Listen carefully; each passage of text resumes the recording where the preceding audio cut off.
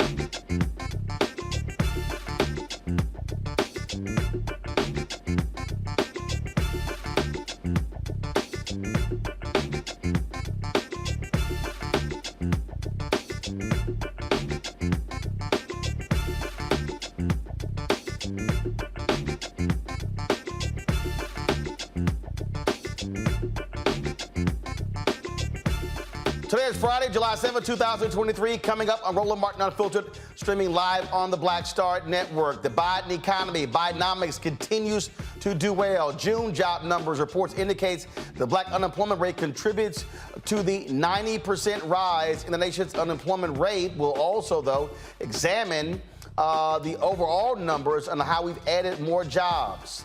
Also, conservatives are doing their best to rewrite history. In Oklahoma, the state superintendent of schools, this idiot, actually said teaching about the Tulsa Race Massacre is okay, just leave out the black part. How? Justice for Greenwood Foundation founder Damario Solomon-Simmons will join me to talk about how stupid this fool is in Oklahoma. New York lawmakers are going after legacy admissions. The executive director of the FERB, Democrats for Education Reform, will join me to explain the Fair College Admissions Act. In Chicago, leaders are accusing the school system of racial discrimination and unfairly firing 7 black principals. Speaking of principals, remember that white teacher in Philadelphia, white principal in Philadelphia who wouldn't give the sister a diploma? Guess what? She ain't the principal anymore. Plus, Twitter has a new rival. One of the founders of the app, Spill, will join me to talk about their app. It's time to bring the funk. I'm Roland Martin Unfiltered on the Black Star Network. Let's go. He's got it. Whatever the miss, he's on it. Whatever it is, he's got the scoop, the fact, the find. And when it breaks, he's right on time and it's rolling. Best believe he's knowing. Putting it down from sports to news to politics. With entertainment just for kicks, he's rolling.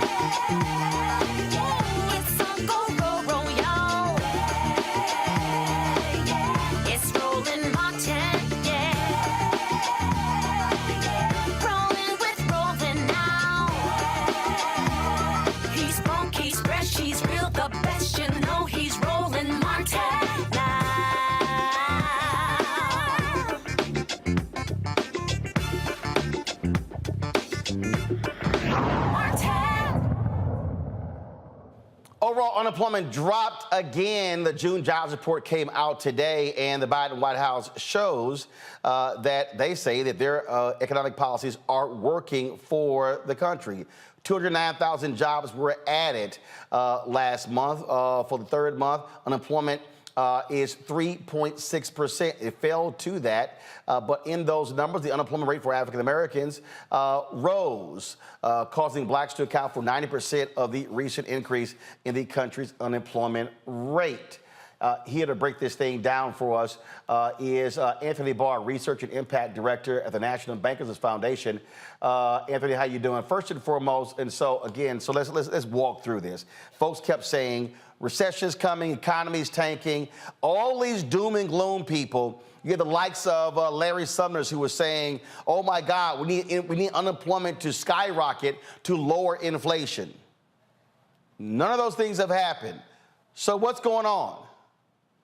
Well, thanks for having me. It's great to be here tonight. And yeah, as you said, we're seeing inflation coming down without this huge hit to the labor market that Summers and others expected that we needed. And yet it's two different labor markets, right? There's the overall labor market, and then there's labor market for black workers. And so Biden economics is working for the country in the aggregate, but when you break it down for black workers, starting to see that that might not be the case for them. And so as you pointed out, black unemployment increased again for the second month in a row. It is now at the highest it's been since August. And breaking it down a little bit, we went from record low in April that we were all celebrating at 4.7%. That's the lowest on record, to almost a full percentage increase now at 6.0%. And to put that in perspective, that number of 6.0% is the same as all workers without a high school diploma. So that kind of puts in perspective just how detrimental that number is. It's, of course, double the overall rate and double the white rate as well. And when you disaggregate it a little bit by gender, it's a story that's across the board. Black unemployment for black men increased by 0.3% to 5.9, and increased for black women by 0.1% to 5.4. And drilling down even further, the participation rates, the labor force has shrunk, the participation rates are lower, the employment ratio rates are lower as well. And so it's not just a case of, increased black workers competing over jobs. It's the case that there's frictional and structural unemployment barriers so that the black workers who are looking for employment aren't finding those opportunities, which is in direct contrast with white workers who increased their labor force and were still able to drop their their unemployment rate down slightly.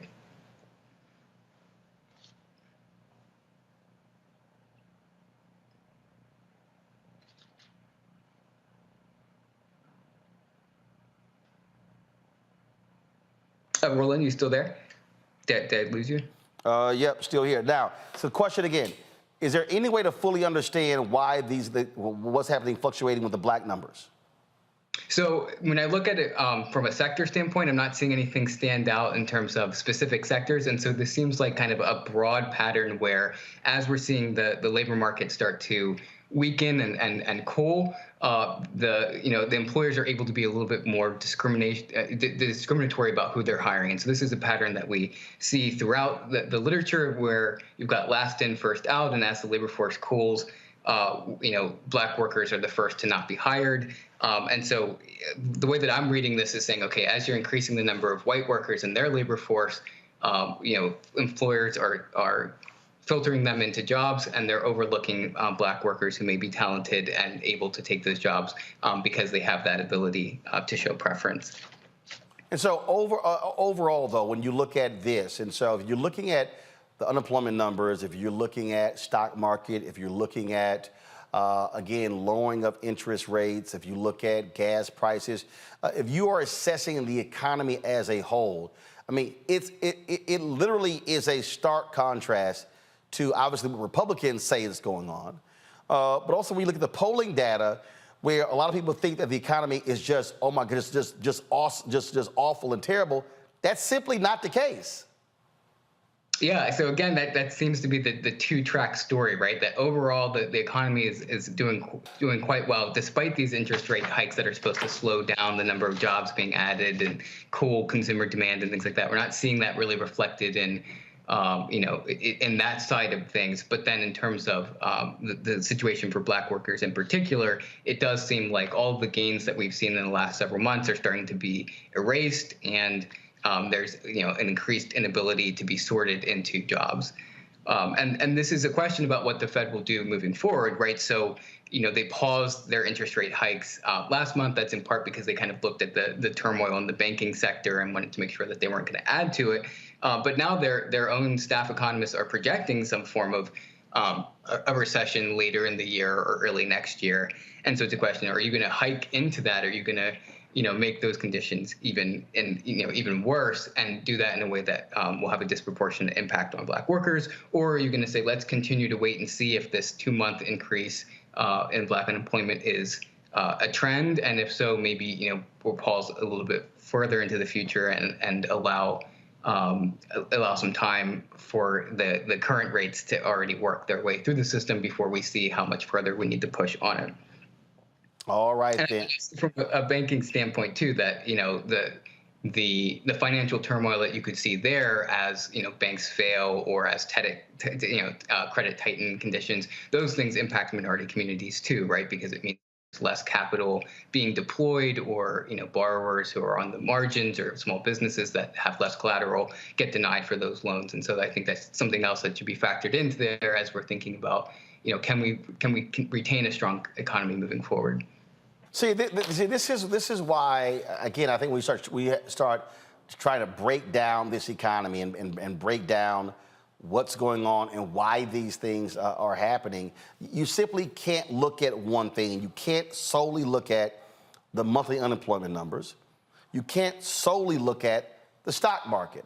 And frankly, we treat the stock market like it's, an NBA game where we want to see as many points as possible without realizing that you just can't keep going up and up and up and up and up, and everything's just going to be perfect and this thing's going to keep rising.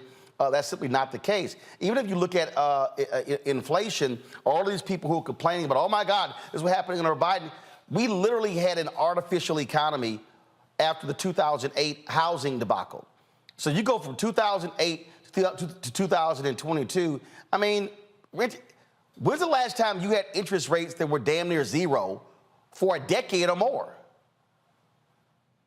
Yeah, that's exactly right. And, thinking about the stock market, if you push a little bit on that, the big, tech companies like the Googles and the Facebook, they're the reason that stock stocks are up slightly, if you're comparing the last couple months or, compared to last year when stocks were down. I'm worried that, that's not necessarily indicative of the broader, Fortune 500 companies or other publicly traded companies. So, there's a question too about, so far the Fed's attitude seems to be they can kind of really keep hiking and there's, ability to absorb that. But I do wonder if there's some fragilities that, if you start to kind of push a little bit, you start to see them and then you say, okay, how does that translate to, a heightened risk for minority communities and minority workers? All right, then. We certainly appreciate it. Thank you so very much. And again, we'll just continue to hope things get better for black workers. But what I keep also saying is this is why we've got to see greater capacity for black-owned businesses as opposed to when you look at the low numbers that exist right now for many of us. Anthony, we appreciate it. Thanks a lot. Yeah, thank you. Got to go to a break. I'll be right back on Roland Martin Unfiltered, talking about a panel about this here. Also, we'll talk about the efforts to get rid of legacy in college admissions in New York State. Everybody keep talking about merit. No, they can't stand affirmative action. They don't say nothing about these white folks who keep getting to school on legacy. You're watching Roland Martin Unfiltered on the Black Star Network. Hatred on the streets, a horrific scene, a white nationalist rally that descended into deadly violence. White people are losing their damn minds.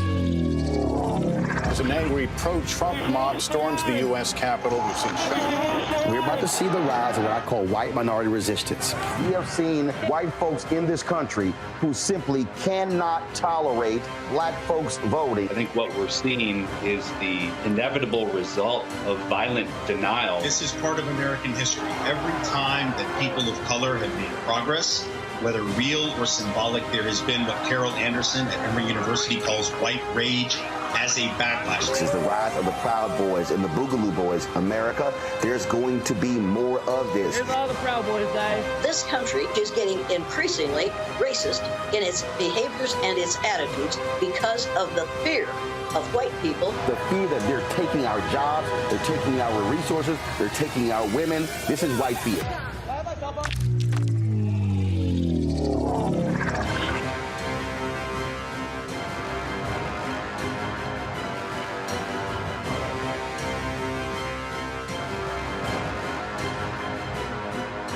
Black Star Network is here.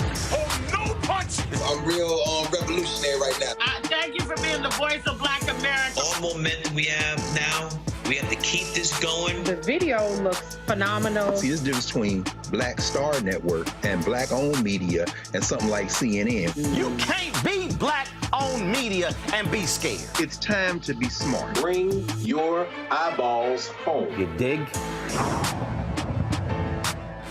Farquhar, executive producer of Proud Family. Bruce Smith, creator and executive producer of The Proud Family, Louder and Prouder. And you're watching Roland Martin Unfiltered.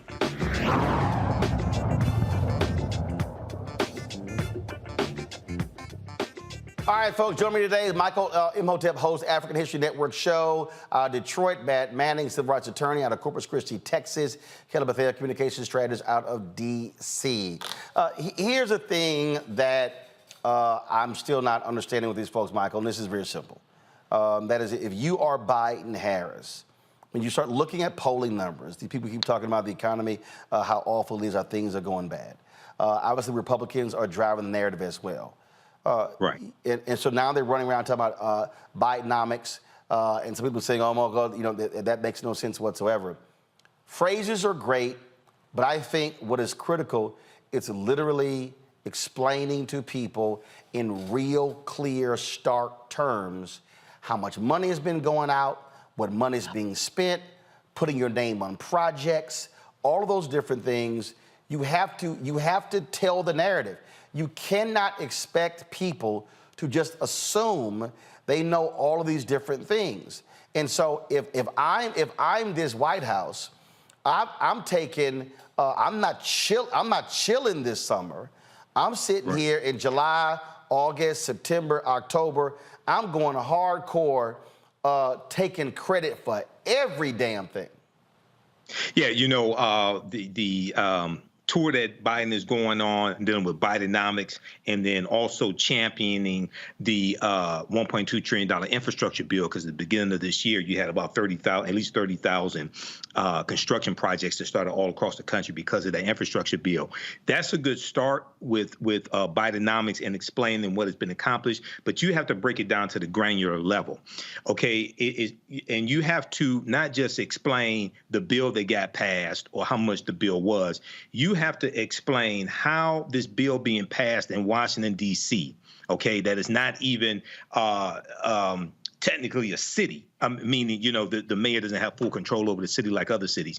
Explain how those policies are impacting the economic conditions of everyday people, okay? Reduce it to the ridiculous. That's what you have to do, because everybody doesn't follow this. Most people don't, okay? So you have to explain that, and you have to claim it. And then also you have to explain most of these Republicans showing up to the groundbreaking for these construction projects voted against the infrastructure bill as well.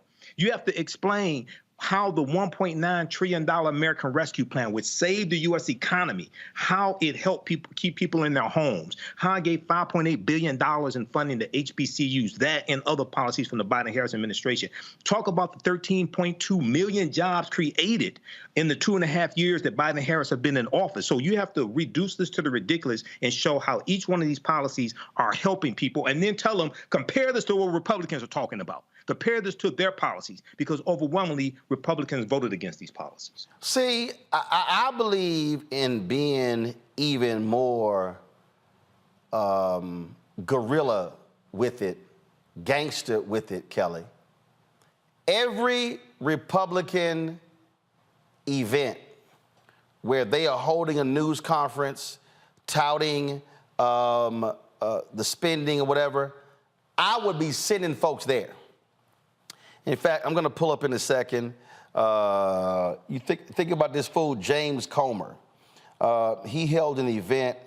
I got to find the tweet. He held an event talking about an airport in Kentucky. And he thanked Trump for the money, but there was money in the infrastructure bill that Biden passed forward as well. I would have people of the state Democratic Party at every event. Every event with, thank you, Joe. Thank you, Joe, for the money signs. That's how you have to counter these lies. That's exactly right. And it's funny because, you know, state level DNCs, they have that kind of money, and they actually can hire people to do that. I've actually seen hecklers, or professional hecklers, rather. I forgot what the original name for it is, but basically a professional heckler on the Republican side come to Democratic events and heckle candidates, heckle their staff, and try to get them caught up in saying something that could be a soundbite for the opposing party. I don't see that as much on the Democratic side, and that's actually, while some may argue unethical, it's an effective comm strategy to do so, because it's not like you're lying when they say that they said that. They said it. It's videotaped. It's on the record, what have you. And Biden, the Democratic Party at large, I believe, is a little bit soft on these issues as far as pushing what they actually do. I feel like the opposing parties that be are really controlling the narrative as to what this administration is doing. And that's simply not fair to anyone. It's not fair to the American people, who frankly don't know what the truth is. It's not fair to the administration, who is trying to do everything they can for American citizens. And it's not fair to just how the political landscape is as a whole, because what's going to be on record is a lie, not what actually is happening. When I was at Texas A&M, Matt, Peter Roussel, he was deputy press secretary to Vice President George H.W. Bush. And he was an adjunct professor at Texas A&M after he left the White House. And Peter said something to me that I never forget. He said, you know, Roland, he said, never not pat yourself on the back. I was like, interesting. Because we always hear, oh, no, don't pat yourself on the back. You're going to break your hand doing so. He said, no. He said, you know why you pat yourself on the back? Because it ain't no guarantee somebody else will. He said, always tell your story. And again, to me, this is exactly what Democrats should be doing, patting themselves on the back, saying, if we didn't do this, that wouldn't have happened. And we didn't do this, that wouldn't have happened. And you got to be as brash with it, as arrogant with it, as cocky with it. I don't care what phrase you use, because what did Joe Namath once say? It ain't bragging if you can do it. So take that damn victory lap. I think they should, and I get that sentiment. I do think there's probably some trepidation at the White House about him trying to get moderate voters and people that are maybe undecided. I don't know how many of those are out there for the upcoming election, and maybe not doing it with the braggadocio that I definitely would. But in terms of patting themselves on the back, they have to do that. I do think, though, they've got to kind of under-promise and over-deliver going forward, because one of the metrics I thought was particularly interesting about this jobs report is that we added something like 450,000 people to part-time employment.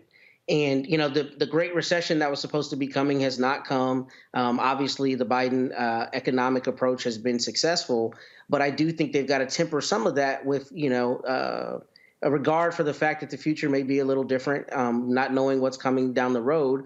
But they do have to tout the victories that they've had thus far, particularly because, to Kelly's point, you know, the Republicans have a loud megaphone, and they make it a point to attribute everything negative to this White House. So if you've got a lot of positive, you're doing yourself a disservice if you don't, you know, put that out into the sphere for everybody to know and understand. Yeah, I mean, that to me, I mean, that's just how you do it. And again, you can't be afraid, well, what happens if things take a turn? Well, last I checked, if things have been, if you have been showing improvement for 18, 20, 21 months and things change in a month or two, I can still say the last 21 out of 23 months, here's what happened. I mean, to me, this is not hard, but there's no one who can sell your story better than you. Nobody. And if somebody else has created a false narrative, it's your job to correct it and not allow that false narrative to coexist. Folks, hold tight 1 second when we come back. Supreme Court's affirmative action decision has put the issue of legacy admissions back in the spotlight in New York State as an effort to actually get rid of it. We'll talk with Democrats for Education Reform leader next about that very issue. You're watching Roland Martin Unfiltered on the Black Star Network. Download the Black Star Network app, Apple phone, Android phone, Apple TV, Android TV, Roku, Amazon Fire TV, Xbox One, Samsung Smart TV. Also, folks, you can also, if you're watching on YouTube, hit the like button as well, folks. We should easily be over 1,000 likes in our first hour. Be sure to join our Bring the Funk fan club, send check and money orders. P.O. Box 57196, Washington, D.C. 20037-0196. Cash App, $RM Unfiltered. PayPal, R Martin Unfiltered. Venmo is RM Unfiltered. Zelle is Roland at RolandSMartin.com. Roland at RolandMartinUnfiltered.com. We'll be right back.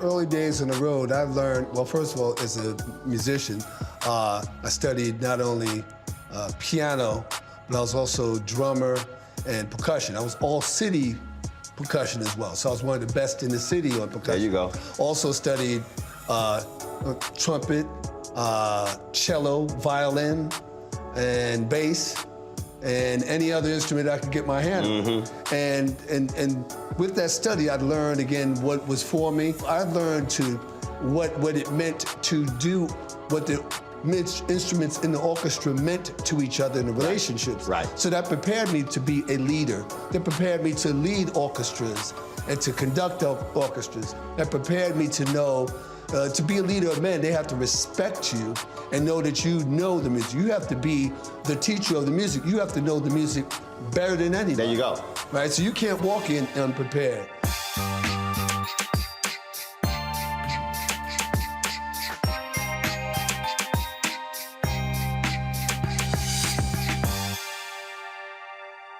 When you talk about blackness and what happens in black culture, we're about covering these things that matter to us, speaking to our issues and concerns. This is a genuine people-powered movement. There's a lot of stuff that we're not getting. You get it, and you spread the word. We wish to plead our own cause too long have others spoken for us. We cannot tell our own story if we can't pay for it. This is about covering us. Invest in black-owned media. Your dollars matter. We don't have to keep asking them to cover our stuff. So please support us in what we do, folks. We want to hit 2,000 people, $50 this month, raise $100,000. We're behind $100,000, so we want to hit that. Y'all money makes this possible. Check some money orders. Go to P.O. Box 57196, Washington, D.C. 20037-0196. The Cash App is $RM Unfiltered. PayPal is R Martin Unfiltered. Venmo is RM Unfiltered. Zelle is Roland at RolandSMartin.com. Hi, I am Tommy Davidson. I play Oscar on Proud Family, Louder and Prouder. I don't play Sammy, but I could. Or I don't play Obama, but I could. I don't do Stallone, but I could do all that. And I am here with Roland Martin on Unfiltered.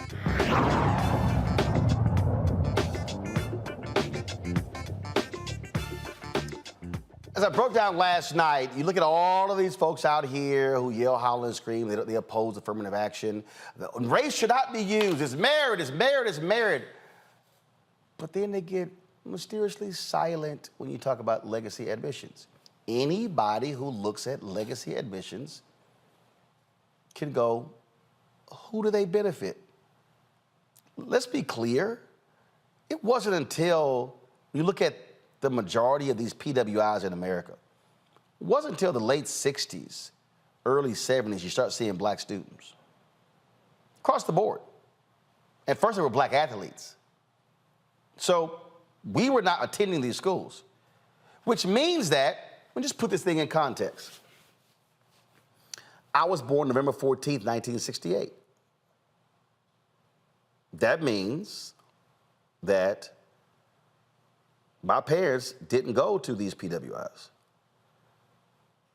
My grandparents didn't go to these PWIs. That means that when I applied to Texas A&M, I couldn't make a legacy argument because I had no legacy.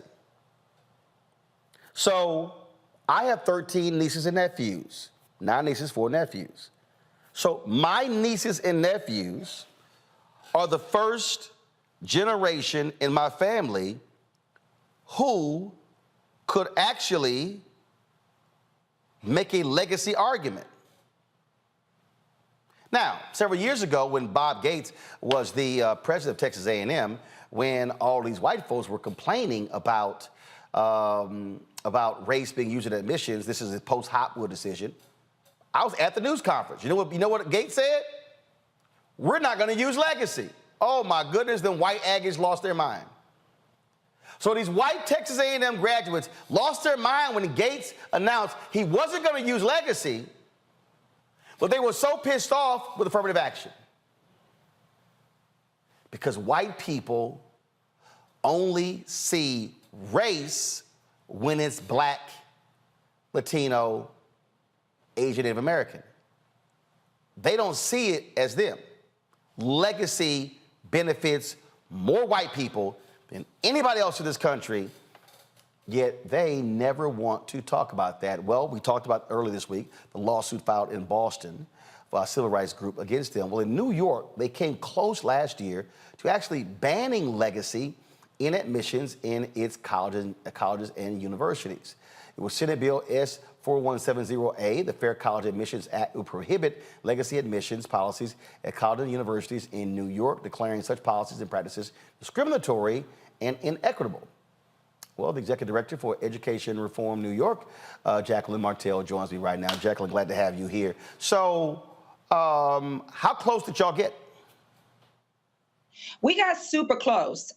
We actually got it through the Senate and our assembly, but then we had some groups who were against it that obviously endowment from these schools and from families who, give huge contributions to the school.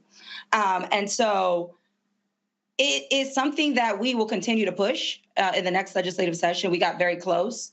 We knew that this was coming. When we look at the data for legacy admissions, one, it is equivalent to a 160-point bump, SAT score bump.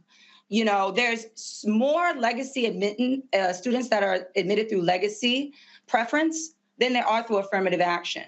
And so, to your point, too, in New York, one of the most diverse school systems in all of the country, but yet one of the most segregated students, we inadvertently are not allowing for students who identify as first-generation college students to even get this preference.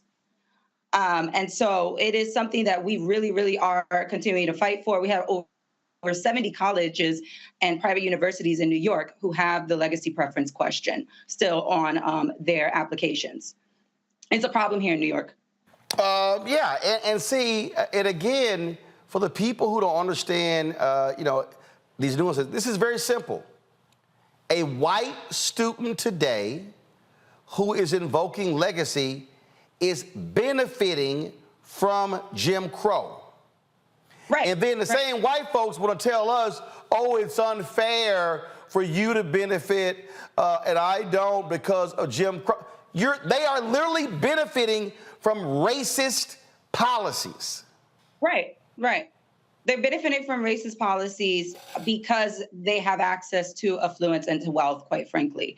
And to your point, this is not even a partisan issue. Our national affiliate actually conducted a poll after the SCOTUS decision around diversity in schools. And I have the data here. 81% of Republicans, 93% of Democrats, and 83% of independents know that diversity within our higher education system is imperative to, one, our democracy, but also the future of the workforce in this country. And so this is a partisan issue, but I think that people really understand the fact that diversity within institutions of higher education is important for all of us. But also, too, when we talk about preferential treatment and preference in the higher education admissions process, we need to be looking at that holistically. In this country, have this ideology of meritocracy, that you can pull yourself up by the bootstraps. That is not true. We live in our state in particular where we're seeing gross amounts of economic disparity, housing disparity, and quite frankly, as I talked about when I was on your show last time, access to quality education within our K through 12 space. We need to make sure that we are leveling the playing field for all students in this state and this country. Absolutely. My panel here. Matt, your thoughts about these lawsuits. First, with a lawsuit towards Harvard against legacy admissions, and then also this effort here. I mean, just like Ed Bloom and his folks, in terms of what they were successful at, the data doesn't lie, Matt. Legacy absolutely benefits white students, and it literally is taking advantage of Jim Crow era policies. Yeah, I mean, I understand that, but if I'm completely honest, I'm struggling because not knowing the data, I would be interested in what percentage of the incoming students at any given school in New York, let's say, Jacqueline, if you have this data, are legacy admittals. And the reason I ask that is I understand all of those phenomena, and I think it's all abhorrent. I don't disagree with any of it. But I'm wondering if there's a different usage of effort that can be applied to make it a more equitable process. And what I'm getting at is I don't know if 50% of people who are admitted via legacy, then I understand the enormity of the issue and why that is something we attack, as opposed to college affordability or any other number of things that might make it more equitable. And not knowing that data, it's difficult for me to see how legacy is the primary thing we should attack. I understand attacking it, but I'm interested in that data and whether there's a different... Well, I'll show you this here. I'll show this here. Okay, pull it up. I'll show you this here, Matt. Pull it up. A study was done. 43% of white students at Harvard were either legacy, athletes, or related to donors or staff. 43%. The same study, it says right here, the study found that roughly 75% of the white students admitted from those four categories labeled ALDCs in the study would have been rejected if they had been treated as white non-ALDCs. So the reality is this is almost 70% of all legacy applicants are white, compared with 40% of all applicants who do not fall under those categories the authors found. And so this is obviously just a Harvard. But what we do know is that schools all around, and the legacy admissions is really for the donors, is for the folk with the hookup. But again, I think what this does is it also exposes the hypocrisy of those who want to yell, don't use race in college admissions when this is absolutely race-based. Yeah, and there's no question they're getting a very clear leg up. I'm merely asking in terms of the things that can make college more accessible to us writ large. What are those phenomena, and whether legacy falls, at the top of that? Because I don't disagree with you. There's a lot of intellectual dishonesty, and we know that. We know that they scream meritocracy, and they're the first to put down legacy because they know that gets them the shoe in where they're otherwise not qualified. I understand that, but in looking at the overall picture, Jacqueline, what does the data say in terms of first-year admits and legacy as opposed to non-legacy students? What percentage in New York, for instance, are legacy students, if you have that? That's a great question. One of the key issues that we actually have when it comes to understanding the data is that we don't get disaggregated data within this state.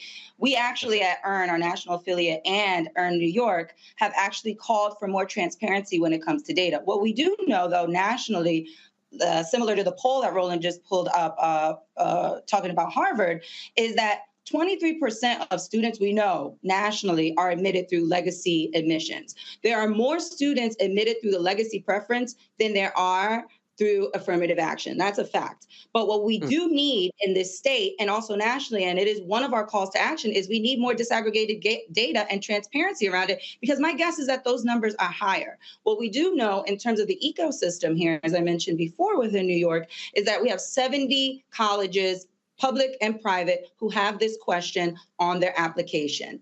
59% of the public and private colleges within New York in 2022 had the legacy question on its application. And we live in a state that is, and particularly a city that is so diverse. We have a huge conglomerate of students, a huge population of students who identify as first generation, similar to what Roland was speaking about before. Listen, I went to an HBCU. I went to City University, part of our public university system here in New York. And I also went to an Ivy League school. I've been through all types of modalities in New York. And what I can say is when I was going to the public university here, I had to hold down a full-time job while going to school full-time and also doing extracurricular activities. So the playing field is not equal, and I think that it isn't fair to necessarily relegate this to just that question as well. It's also about access to opportunity. Students need to have access to top universities within our country, but it shouldn't be necessarily only based on if your parents who had access when other groups who have been disproportionately marginalized in this country didn't have access. I don't think that that's fair, equitable. We look forward to seeing what happens there in the New York State Legislature. It will be very, I can't wait to see what the arguments are as well for the people who are going to be defending it, but they also are against affirmative action. Always show the hypocrisy. Jacqueline, thanks a lot. Thank you so much. Folks, we'll come back. A white state superintendent who supposedly overschools. This fool literally said, we should talk about the Tulsa Race Massacre, but we should leave out race.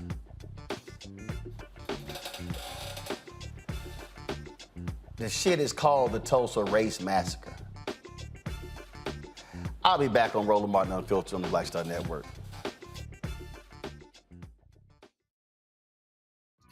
Next on A Balanced Life, we're talking everything from prayer to exercise to positive affirmations and everything that's needed to keep you strong and along your way. That's on a next A Balanced Life with me, Dr. Jackie, on Black Star Network.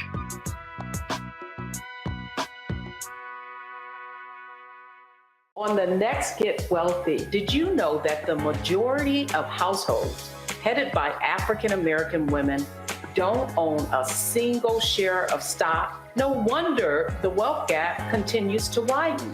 Next on Get Wealthy, you're going to hear from a woman who decided to change that. Have been blessed with good positions, good pay, But it wasn't until probably in the last couple of years that I really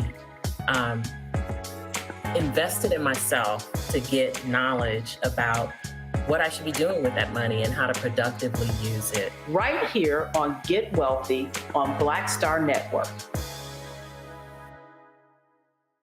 Up next on The Frequency with me, Dee Barnes, the shooting of Megan Thee Stallion and the subsequent trial of Tory Lanez. Megan has been treated like the villain. The experience that Megan went through is something that all Black women face when we are affected by violence. This is something that's called misogynoir. There's a long history of characterizing Black women as inherently bad in order to justify our place in the society. Next on The Frequency with me, Dee Barnes. Hi, I'm Jo Marie Payton, voice of Sugar Mama on Disney's Louder and Prouder Disney Plus, and I'm with Roland Martin on Unfiltered.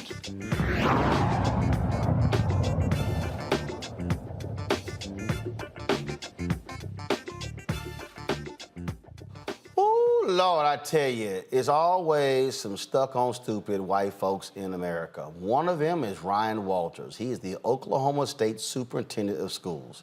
This dumbass, and I'm talking about dumbass, actually said this about the Tulsa Race Massacre of 1921.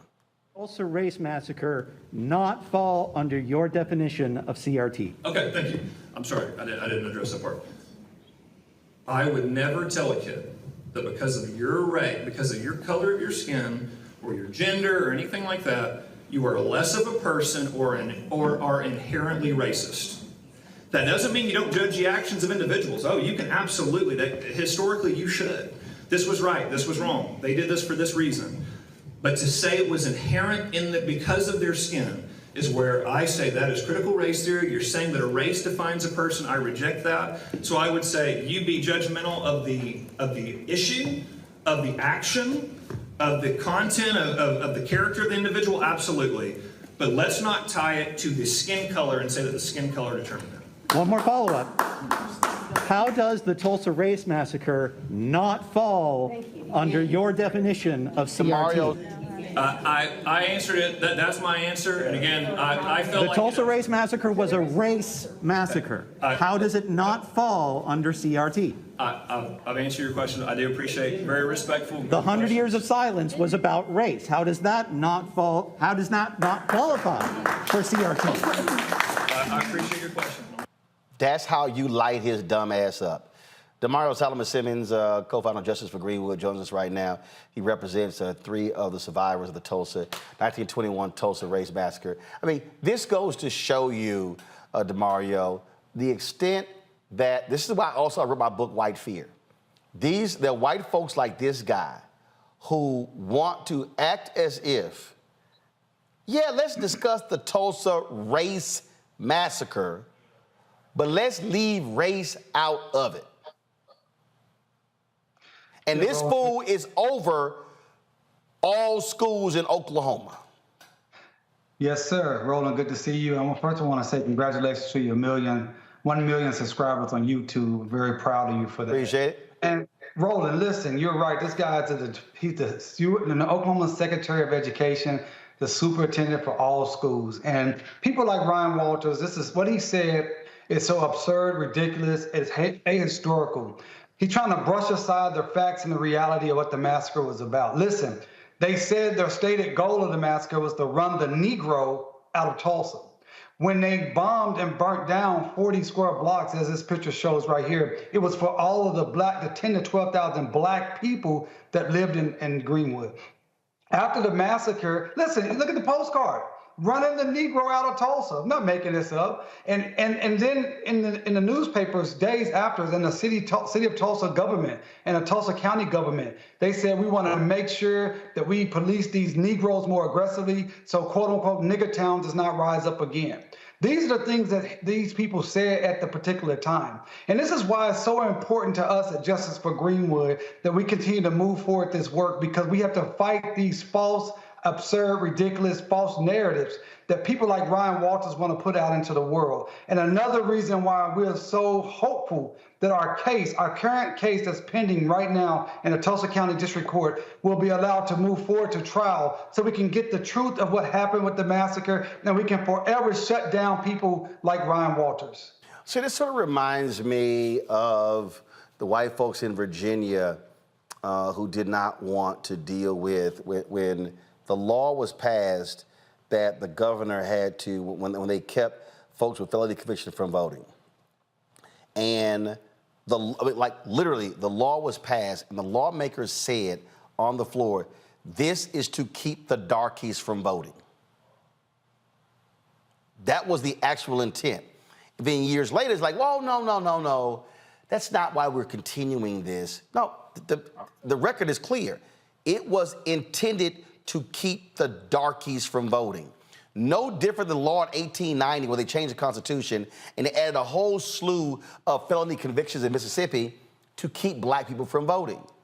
So there are white folks in this country who want to deny exactly why laws were created, and those same laws are still impacting us today, but then they want to say, oh, no. The intent and the motive has changed. The motive is the same.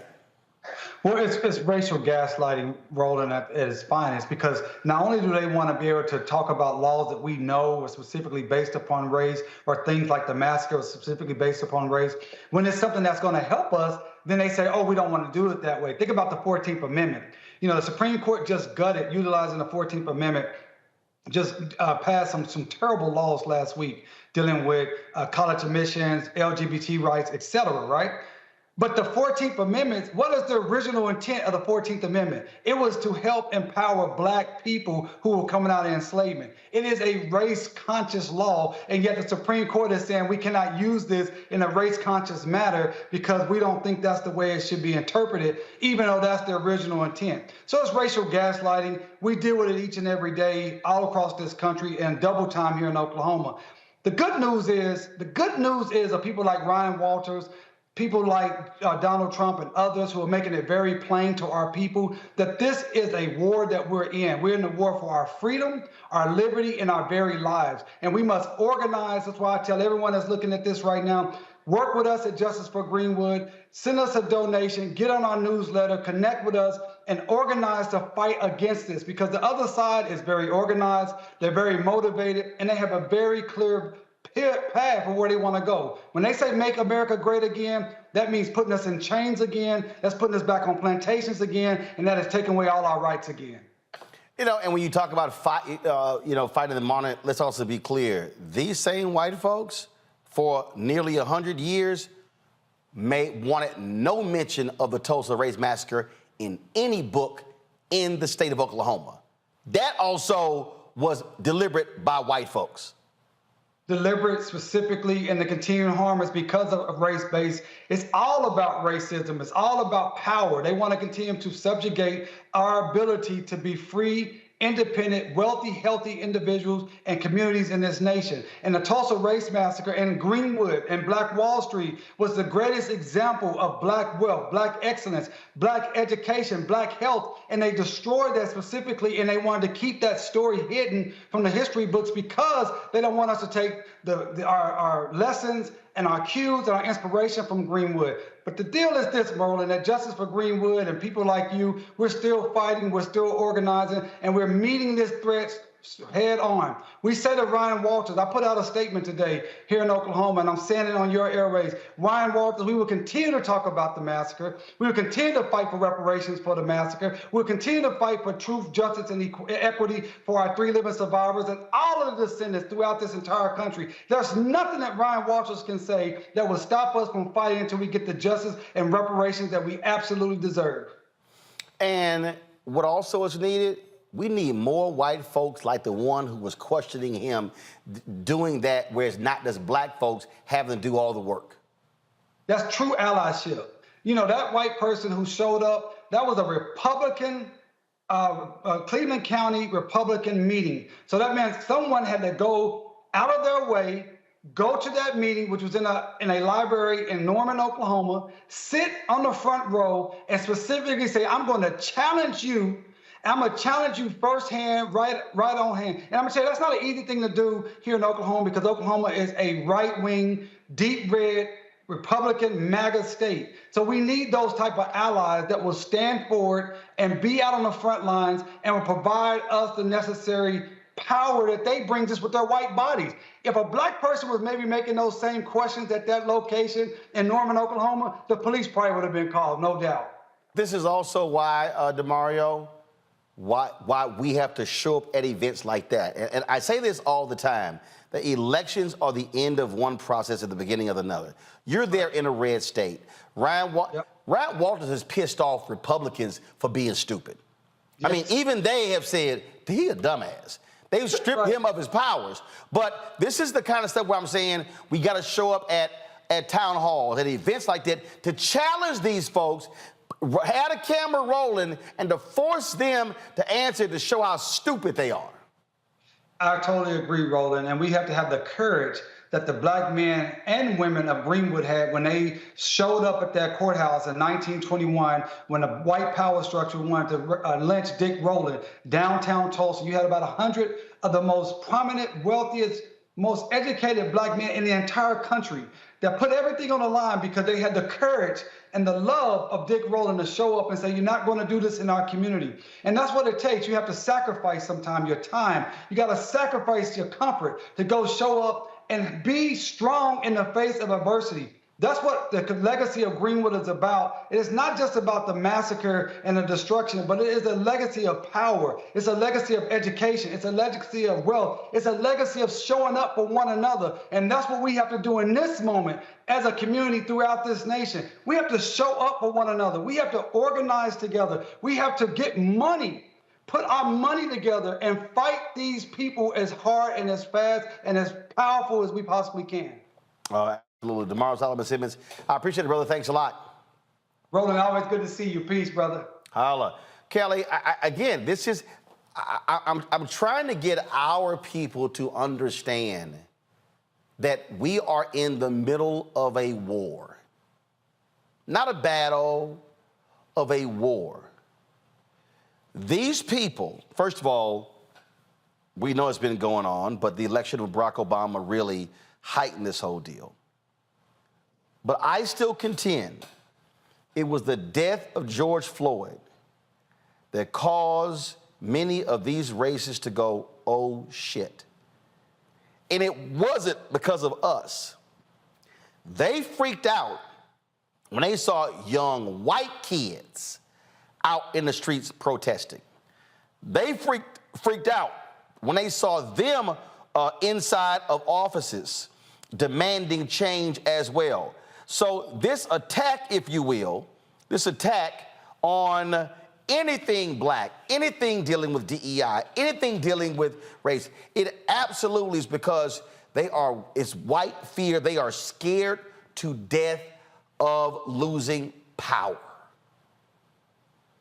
Because at the end of the day, Roland, I feel like that's all they have. They don't have the numbers. They don't necessarily have the influence. They absolutely do not have logic on their side.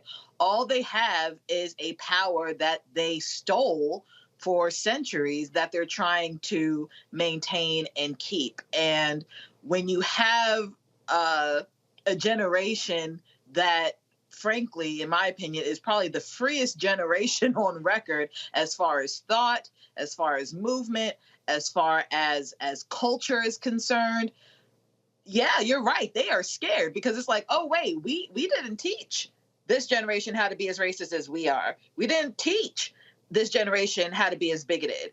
And we kind of can't anymore because it's out the bar now. You know, it's out the door. So they are doing everything they can in their power to, rewind the clock a little bit by way of these policies, by way of this rhetoric, by way of this superintendent thinking that he can get away with saying that the Tulsa Race Massacre Massacre wasn't about race. It's like if you say it enough times, maybe it'll be true. And I feel like that's the logic that they're trying to perpetuate. And it's frankly not going to work as effectively as they think it is, because this generation is so smart, is so free, is so cultured outside of Eurocentricity, outside of the whiteness that my generation and generations prior are used to. Matt, again, when we start looking at, what is happening here, a lot of people were blowing off the attacks against critical race theory. But they were very clear. Christopher Rufo made it clear. They were trying to lump anything dealing with race under that banner to stoke white fear. How did Glenn Youngkin win in Virginia? Because white turnout increased. That's how he won. What they understand is, to Kelly's point, we look at the numbers. If they can stoke white fear, and if they could see, this last election was supposed to be the first time in American history that the total electorate of white voters fell under 70%. In Virginia, it was around 74. In the 2020 election, same thing, was above 70. And so they understand when you start dropping below 70% of the total electorate being white, then you are hitting that, you're moving towards that nation becoming a majority of people of color. That is what's freaking them out. And so they are trying to find every racial button to push in order to keep that white fear machine going. And every mechanism to, aid that machine. I like it, Roland, when you pass it to me and you basically make the arguments I'm going to make. But you're right, 100%, particularly with CRT. I mean, we've talked about it a million times on the show, but that has become a dog whistle for anything race. And what's particularly insidious about people like Walters is they try to paint it like they have some moral high ground. If you listen to what he said is, oh, yeah, I want you to decry the action, but you don't make it applicable to the person because of their race. When we all know that Tulsa race riots were about race, as the brother just said, right? I mean, that's all it was about. But what they try to do is repackage it and try to make it about some individual analysis of an individual person, despite the fact that whiteness is the primogenitor of all of it. It's the thing that's driving everything. So I think you're 100% right. And that goes part and parcel with things like voter disenfranchisement and trying to make it harder to vote, right? Because it's a numbers game. Anybody who's been involved in any political campaign, it's all numbers. It's all where you're going to get the biggest turnout on your boxes, what's the best precinct, all that stuff is all numbers. So it's all metrics, and it's all a matter of decreasing the numbers of us participating and increasing relatively the numbers of them participating as the overall number dwindles. So I think you're exactly right in your analysis. This right here, Michael, is why I spend so much time trying to explain to black people, don't get caught up in dumb shit. don't get caught up in these silly arguments and these silly debates, things along those lines. I mean, here's a perfect example. And I had to sit here and so you take Brianna Joy Gray. She tweeted this nonsense earlier. Endorsing Joe Biden now is a betrayal of progressive interest. It was true of Bernie Sanders' endorsement and it's true of AOC.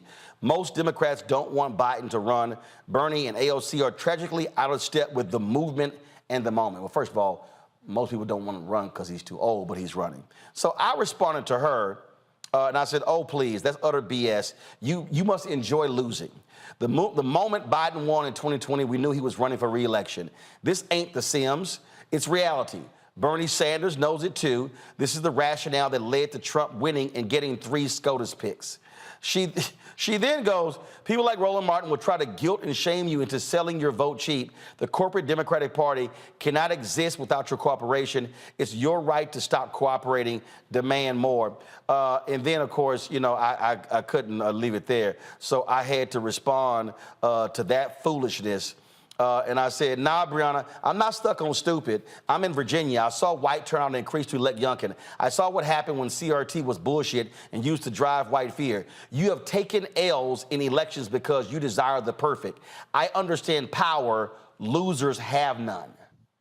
The thing that we have to understand, that we have to keep saying to black people, Michael, all across this country, and I don't care whether your ass call yourself a Freedman, FBA, B1, ADOS, whatever the hell, the folk on the other side don't give a damn what letter you use.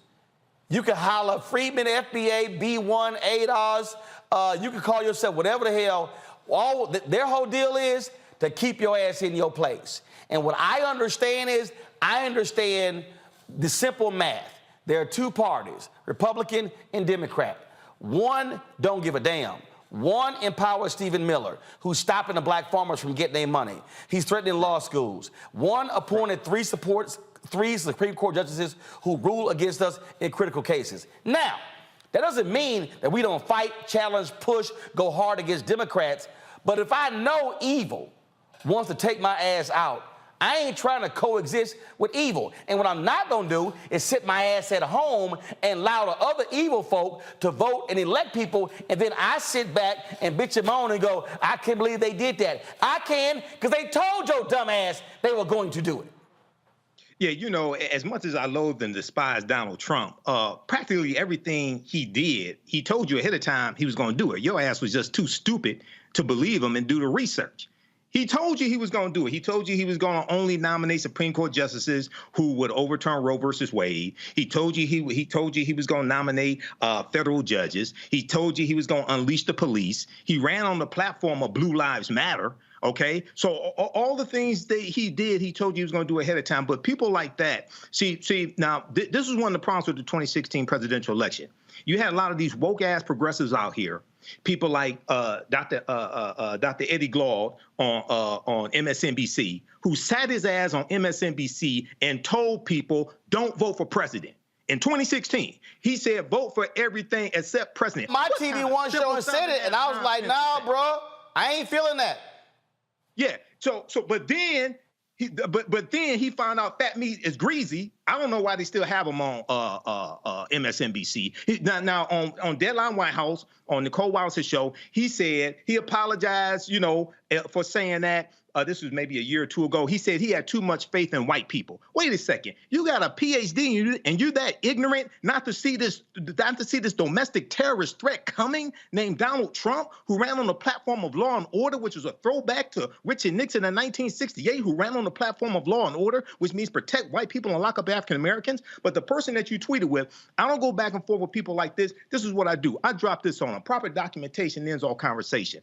Read fact sheet. The Biden-Harris administration advances equity and opportunity for black Americans and communities across the country. That's at whitehouse.gov. It's about 36 pages. It breaks down how the policies of the Biden-Harris administration are helping and benefiting the African American community. Now, you compare that to what Republicans are doing. You compare that to what independents are proposing. This is stuff that's actually happening or they are working on. So we have to understand you're not going to find perfect candidates, just like you don't have perfect constituents. And this is one of the problems with a lot of these people who are so idealistic, don't understand history, never read the U.S. Constitution, and sit up here. If they can't find somebody that's perfect, then they're not going to vote.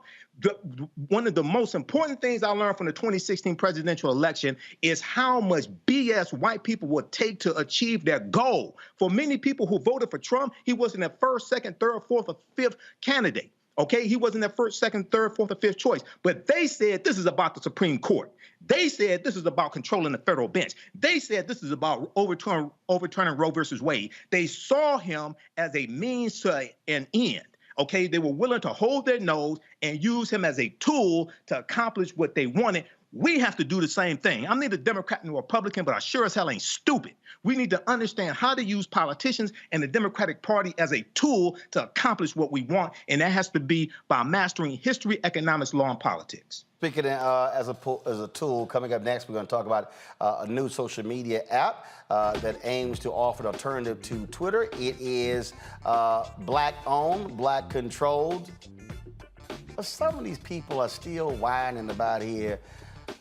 Oh, I can't stand the people who complain about stuff and they ain't never launched a damn business in their life. We talk with one of the co-founders of Spill next on Roland Martin Unfiltered on the Black Star Network. Next on the Black Table with me, Greg Carr. The United States is the most dangerous place for a woman to give birth among all industrialized nations on the planet. Think about that for a second. That's not all. Black women are 3 times more likely to die in this country during childbirth than white women. These healthcare systems are inherently racist. There are a lot of white supremacist ideas and mythologies around Black women, Black women's bodies, even Black people, that we experience painless, right? Activist, organizer, and fearless freedom fighter Monifa Akinwole-Bandele from Moms Rising joins us and tells us this shocking phenomenon, like so much else, is rooted in unadulterated racism. And that's just one of her fights. Monifa Bandele on the next Black Table here on the Black Star Network.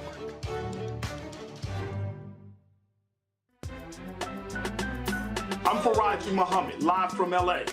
And this is The Culture. The Culture is a two-way conversation. You and me. We talk about the stories, politics, the good, the bad, and the downright ugly. So join our community every day at 3 p.m. Eastern and let your voice be heard. Hey, we're all in this together, so let's talk about it and see what kind of trouble we can get into. It's The Culture, weekdays at 3, only on the Black Star Network. Hello, I'm Jamia Pugh. I am from Coatesville, Pennsylvania, just an hour right outside of Philadelphia. My name is Jasmine Pugh. I'm also from Coatesville, Pennsylvania. You are watching Roland Martin Unfiltered. Stay right here.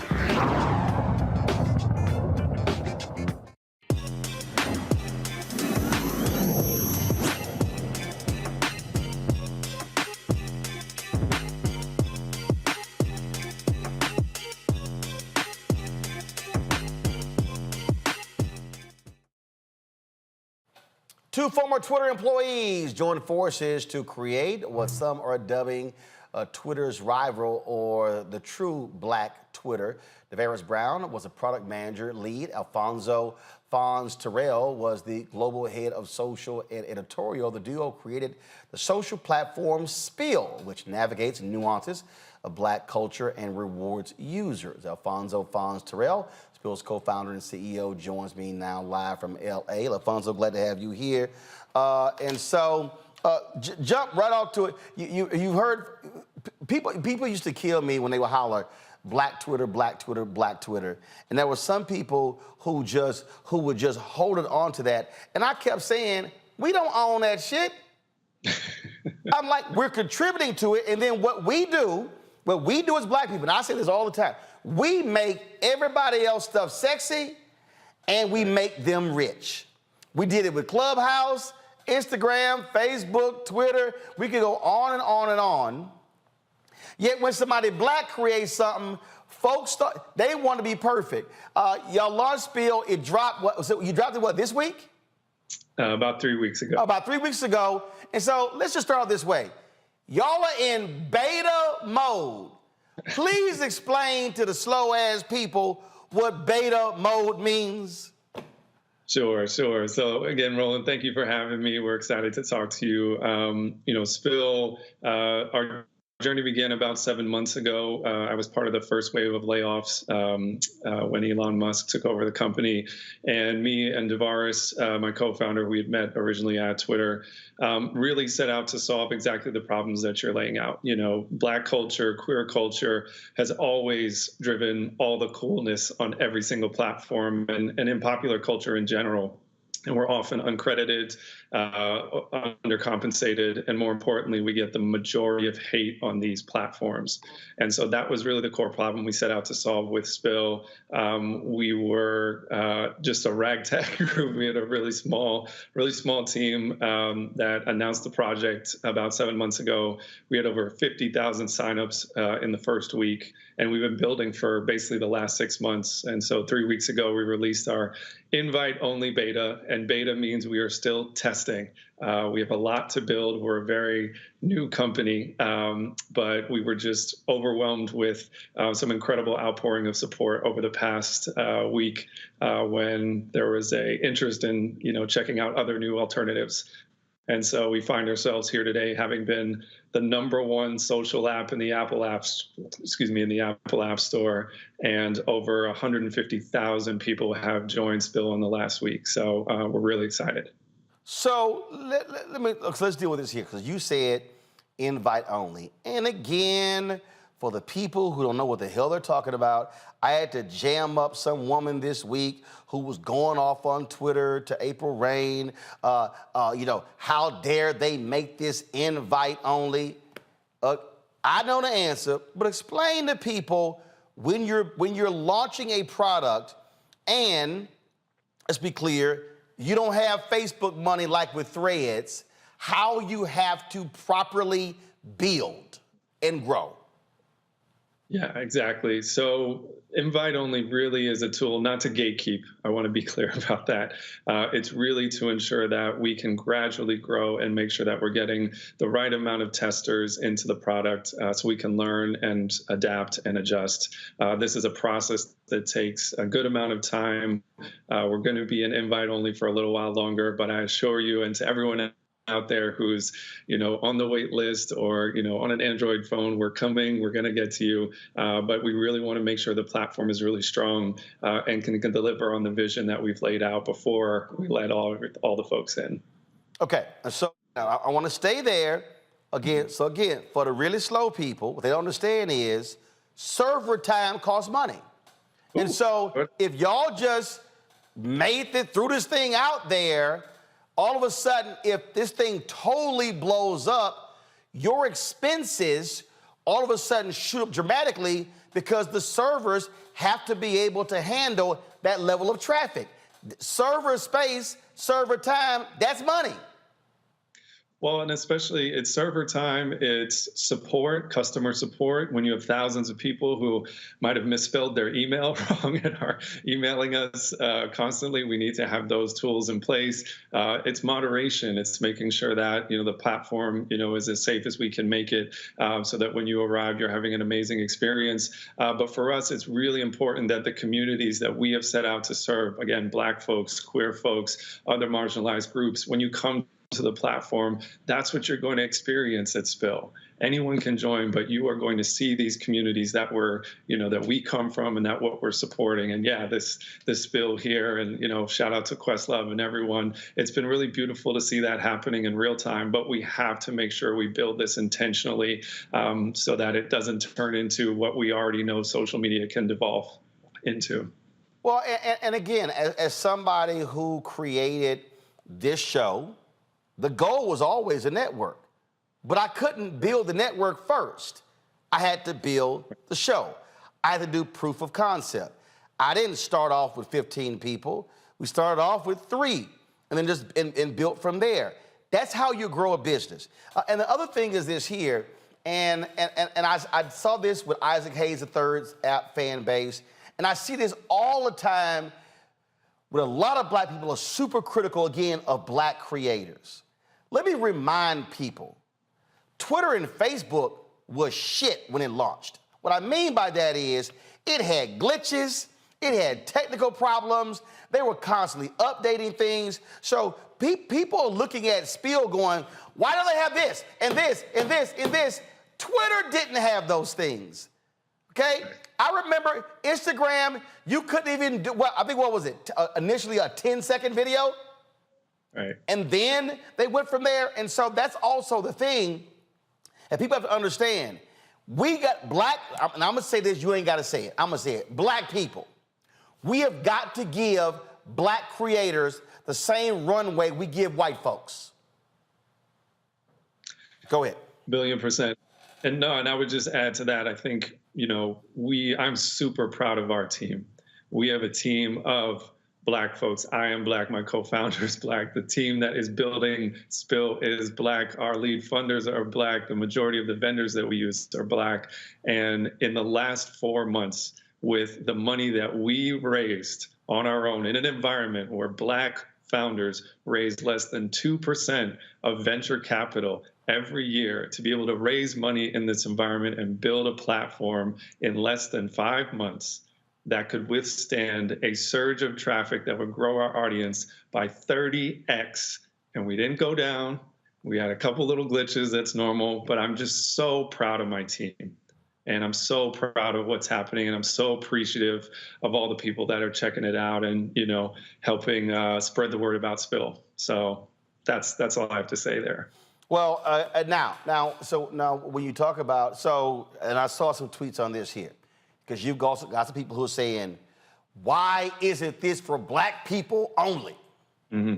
And I think you put a video out where you sort of spoke to this. Yeah, I think the most important thing for everyone, we were clear about this from the beginning. We wanted to build a platform that centered Black folks, queer folks, and other marginalized groups from the beginning. We've been consistent about this for the last 7 months. And I think what we saw was in the excitement of people coming onto the platform, there were some assumptions made, and honestly, people reacting to seeing, you know, a couple of white folks here or there on Spill, that this was, you know, atrocious or something like that, and behaving badly and just not really upholding, you know, decorum, respect, you know, for anyone, which is antithetical to the values of what we're building. And so I put out that message really intended for the community to really recenter and say, hey, this is for us. We are building this for us unequivocally, but that doesn't give us the license to bully other people on the platform. Why would we do that when we've experienced that ourselves? So that's really where we come from. But the mission of Spill will always, again, to be building and center Black folks, queer folks, other marginalized groups, because it's a problem that no one else is going to solve but us. Well, it's sort of like me. I mean, look, I have this show here, and obviously with my content, with my guests and my subject matter, I'm targeting African Americans, but I got white guests who come on. I've got white folks who watch the show. So I can't sit here. I mean, literally, I got a letter from a 70-year-old white gay man who contributed to our Bring the Funk fan club. So what am I supposed to do? Say, oh no, you a white gay dude, I'm sending your money back. Hell no. And I'm glad that he's watching the show and he said, I am learning things I never even knew existed. Hello?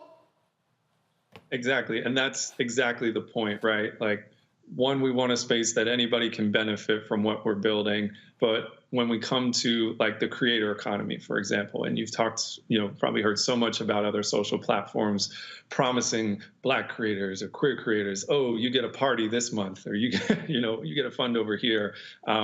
We want creators that we are centering on our platform to be able to benefit from any audience that wants to come and enjoy their content. And that's a big part of this. And we're really trying to create an ecosystem here. And I think that's something that maybe people haven't seen before, that yes, we can be Black, we can build for Black communities, and everyone can enjoy it. And that can be an amazing business. I think that's really, we're overdue for something like that. Hold tight 1 second. I got to go to a break. We come back. Our panel got some questions for you as well, folks. We're talking with the co-founder of the Black-owned created app Spill. It's a social media app that if you want to get on Twitter, be on Spill. Yes, I'm on Spill, like all of my other accounts, at Roland S. Martin. So we'll continue our conversation when we come back. Roland Martin Unfiltered on the Black Star Network. Remember, YouTube, hit the like button. If y'all watching on YouTube, hit the like button. We should easily be at 1,000, 2,000 likes. It impacts the algorithm, which also impacts it being recommended, which impacts money that we make. So one, that's important too. Download our Black Star Network app, Apple phone, Android phone, Apple TV, Android TV, Roku, Amazon Fire TV, Xbox One, Samsung Smart TV. Also contribute to our Bring the Funk fan club. Y'all, this show ain't cheap. And so bottom line is this stuff actually costs. We're fighting the good fight for advertising, but it's real. So your dollars make a huge difference for us to do what we do. Send check and money orders to P.O. Box 57196, Washington, D.C. 20037-0196. Cash App, $RM Unfiltered. PayPal, R Martin Unfiltered. Venmo is RM Unfiltered. Zelle, Roland at RolandSMartin.com. Roland at RolandMartinUnfiltered.com. And be sure to get a copy of my book, White Fear, How the Browning of America is Making White Folks Lose Their Minds, at bookstores nationwide. Download your copy on Audible. Order on Amazon. We'll be right back. hatred on the streets. A horrific scene, a white nationalist rally that descended into deadly violence. White people are losing their damn minds. As an angry pro-Trump mob storms the U.S. Capitol, we've seen shooting. We're about to see the rise of what I call white minority resistance.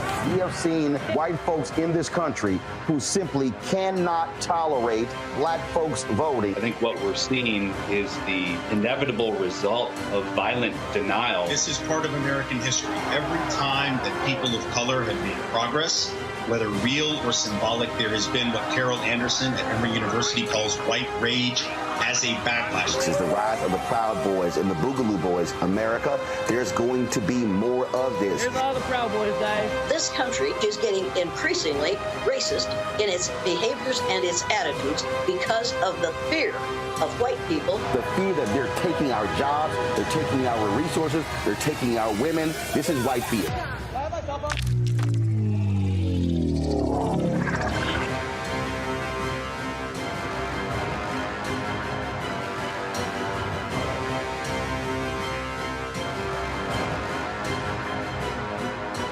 Black Star Network is here. Oh, no punch! I'm real revolutionary right now. Thank you for being the voice of Black America. All momentum we have now, we have to keep this going. The video looks phenomenal. See, there's a difference between Black Star Network and black-owned media and something like CNN. You can't be black-owned media and be scared. It's time to be smart. Bring your eyeballs home. You dig? Hey, what's up, y'all? I'm Devon Frank. I'm Dr. Robin B., pharmacist and fitness coach, and you're watching Roland Martin Unfiltered.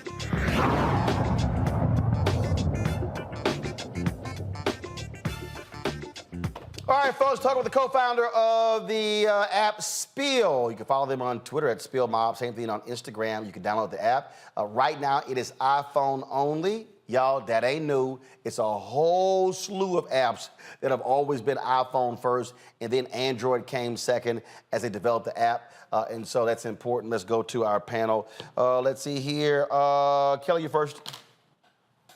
Sure. First of all, thank you for even creating this platform. I absolutely love it. I'm on it all the time. Actually, I check that now before I even check my Twitter because I love it so much.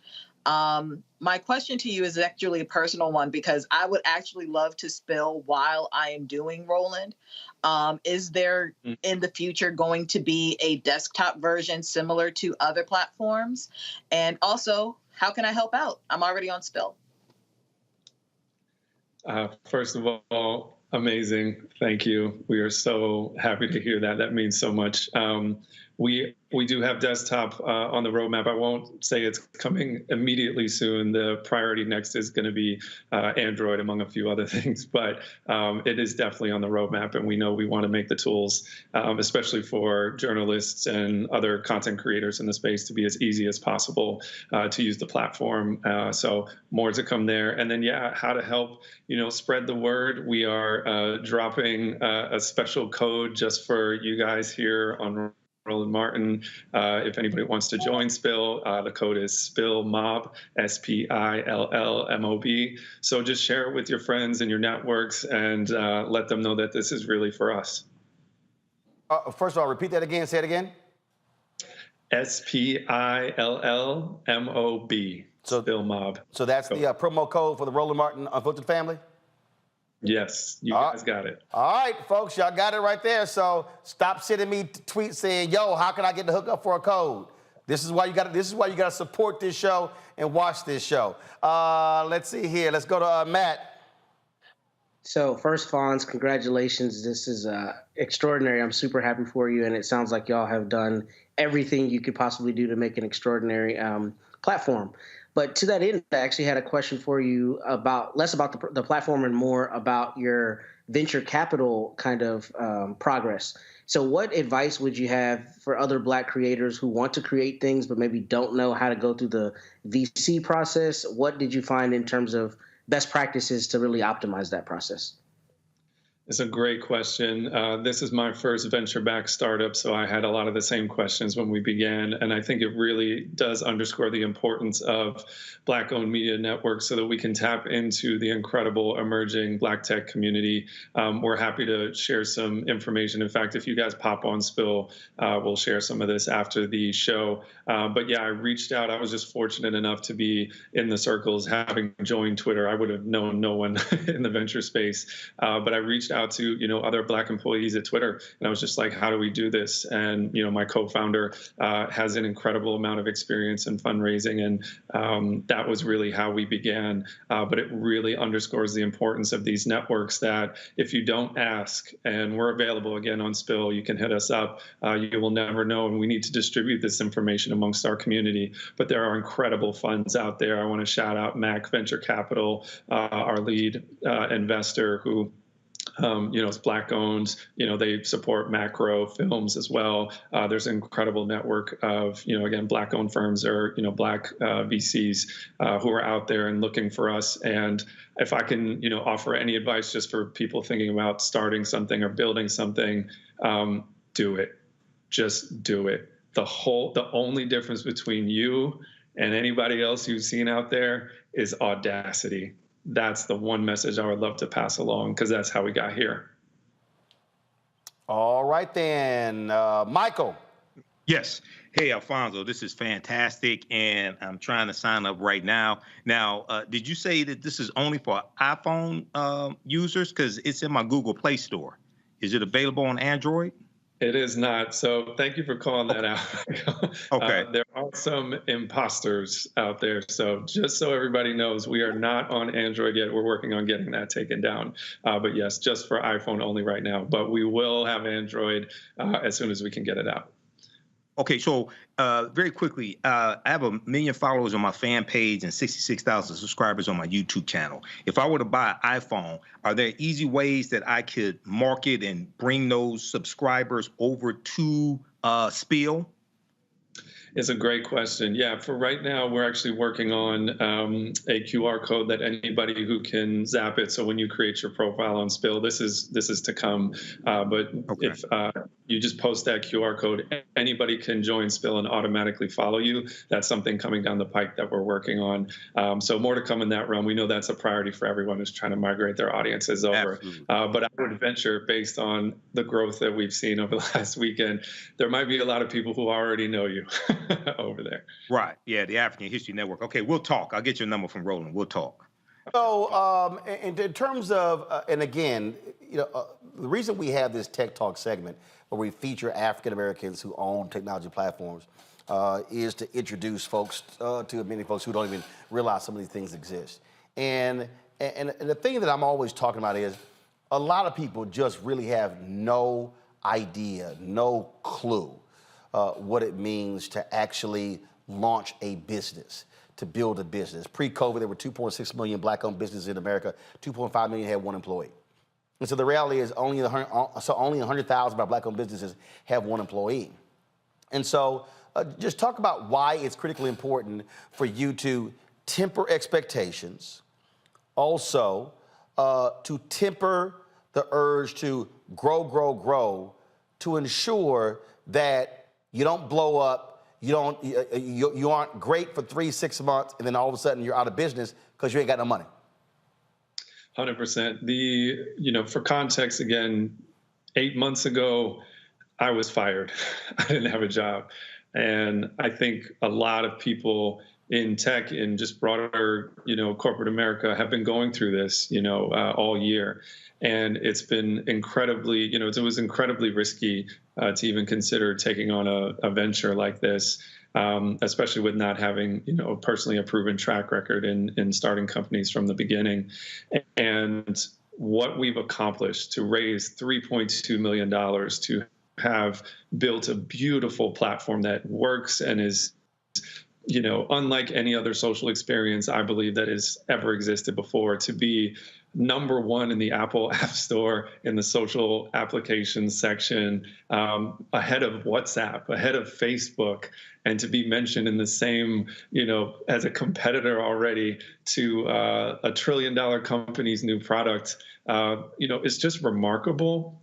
And at the same time, we are a small team. We are just getting started, and we have a lot more to build to make sure that our vision becomes the reality that we've laid out, and that everyone can enjoy. So we are not actually chasing massive growth at this moment. We want to continue to welcome, people who are willing to join the community on Spill and help us test and help us make it better. But you haven't even seen anything yet. We got a whole bunch of stuff coming when we get more towards our general launch, which is not too far off. But yeah, you're exactly right. Platforms come and go every single day. We are building Spill for the next 20 years and beyond.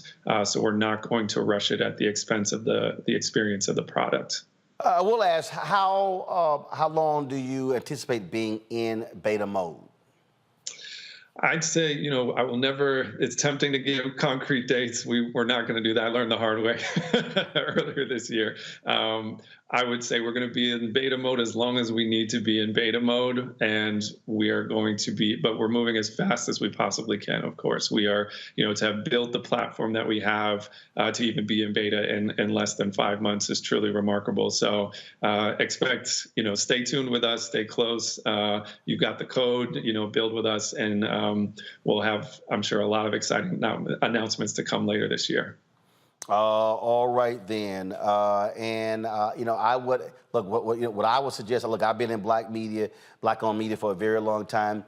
To me, I'm a firm believer locking down the base, and so I think it is also critically important for you guys targeting black radio, black newspapers. Again, letting folks know, because the reality is, and I just know this from experience with a lot of our companies that we featured.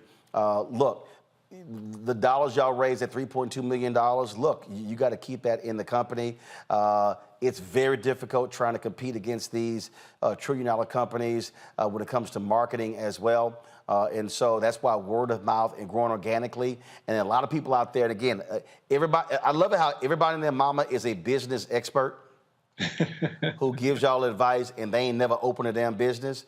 But we just crossed, the 1 million threshold on YouTube. We're growing our app, and so the reality is we've done virtually, no dollar spent on advertising because, frankly, we didn't have the money.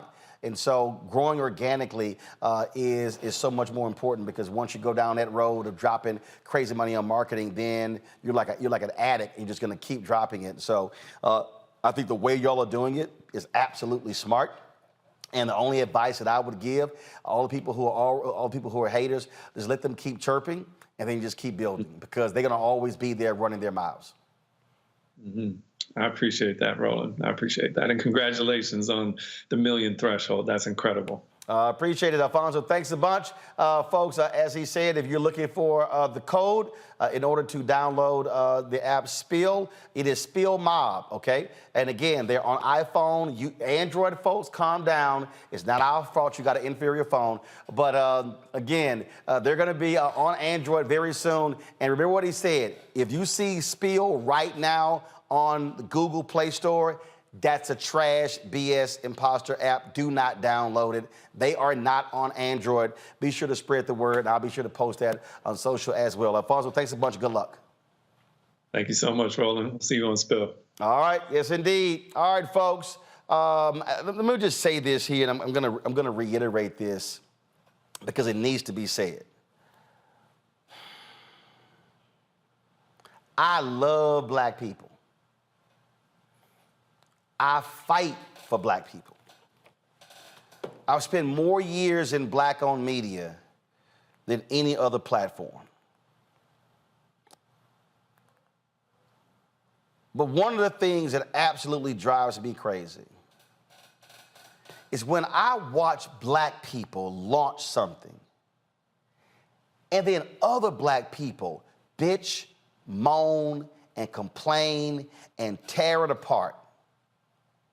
And I watch us give white creators loads of runway to make mistakes. It angers me when I hear black people say, ooh, I once hired a black electrician, it didn't work out. I've hired a lot of white people who didn't do some stuff right. I didn't go, well, I ain't never hiring nobody white again. We can be our own worst enemies. We can be the biggest critics of our own people when it comes to something. I literally watched this with Isaac Hayes and fan base. Folks were saying, you don't have this, and you don't have that, and you don't have this, and you don't have that. They were literally comparing a black-owned, black-created app that at that point had raised about $3 million to an app over here where 500 million to $1 billion have been invested in. Let me explain something to y'all. If you can drop 500 million on developing an app, and you've got 100 engineers, and you've got marketers, and you've got all these different people, but then over here you got a team of 10 or 15, that ain't hard to figure out. So what I'm gonna ask is, I'm gonna sit here and I'm gonna ask a lot of our folk to literally shut the hell up. Allow the Spill team to methodically build. Because a lot of y'all who running y'all mouths, y'all ain't never built shit. You ain't never spent your own money. You've never built a business. You've never hired, you've never fired. And then when you're putting your own money into something, your ass is on the line. Your family's well-being is on the line. So it's real easy to sit in the comfort of your home and say, well, they should be doing this, they should be doing that. But you ain't never built nothing. So let's praise Spill Mob for what they've done and watch them grow. Let's praise Isaac Hayes and fan base for what they're doing and watch them grow. And let's give them the same runway to be able to make mistakes and correct them as we did Facebook, as we did Twitter, as we did Vine, as we did Snapchat, as we did TikTok, as we did Instagram, as we did Clubhouse, and as we did LinkedIn, and I can go on and on and on and name you all of these apps and tech companies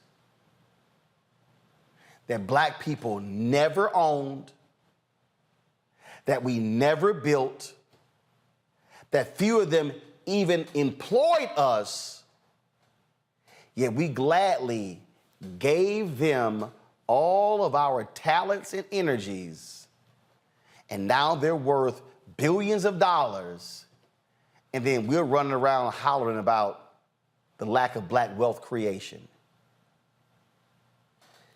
If all the folk out here, if you download Spill, they grow.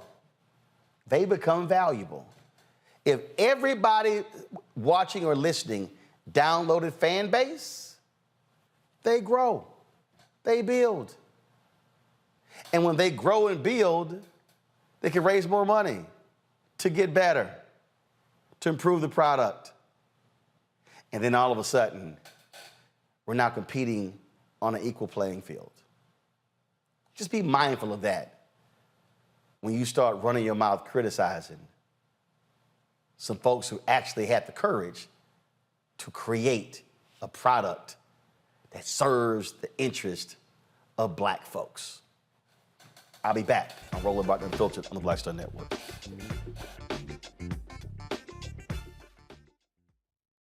When you talk about blackness and what happens in black culture, we're about covering these things that matter to us, speaking to our issues and concerns. This is a genuine people-powered movement. There's a lot of stuff that we're not getting. You get it, and you spread the word. We wish to plead our own cause. Too long have others spoken for us. We cannot tell our own story if we can't pay for it. This is about covering us. Invest in black-owned media. Your dollars matter. We don't have to keep asking them to cover our stuff. So please support us in what we do, folks. We want to hit 2,000 people, $50 this month, raise $100,000. We're behind 100,000, so we want to hit that. Y'all money makes this possible. Checks and money orders go to P.O. Box 57196, Washington, D.C. 20037-0196. The Cash App is $RM Unfiltered. PayPal is R Martin Unfiltered. Venmo is RM Unfiltered. Zelle is Roland at RolandSMartin.com. My early days on the road, I've learned, well, first of all, as a musician, I studied not only piano, but I was also drummer and percussion. I was all city percussion as well. So I was one of the best in the city on percussion. There you go. Also studied trumpet, cello, violin, and bass, and any other instrument I could get my hand on. And with that study, I learned again what was for me. I learned what it meant to do what the instruments in the orchestra meant to each other in the relationships. Right. So that prepared me to be a leader. That prepared me to lead orchestras and to conduct orchestras. That prepared me to know, to be a leader of men, they have to respect you and know that you know the music. You have to be the teacher of the music. You have to know the music better than anybody. There you go. Right, so you can't walk in unprepared.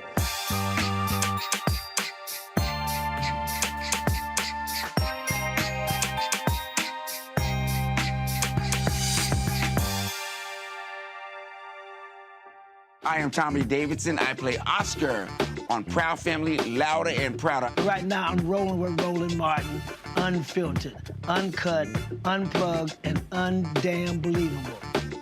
You hear me?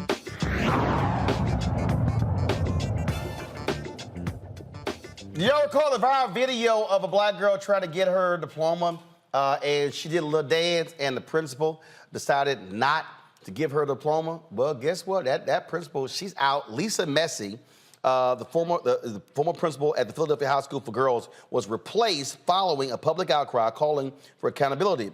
Although the students eventually received their diplomas after the ceremony, the incident left them and their families feeling embarrassed and unsatisfied with the resolution. After the incident, the Philadelphia High School for Girls temporarily appointed Janice Butler as the substitute principal. It remains unclear whether Lisa Messi will return to the school. Good, Kelly.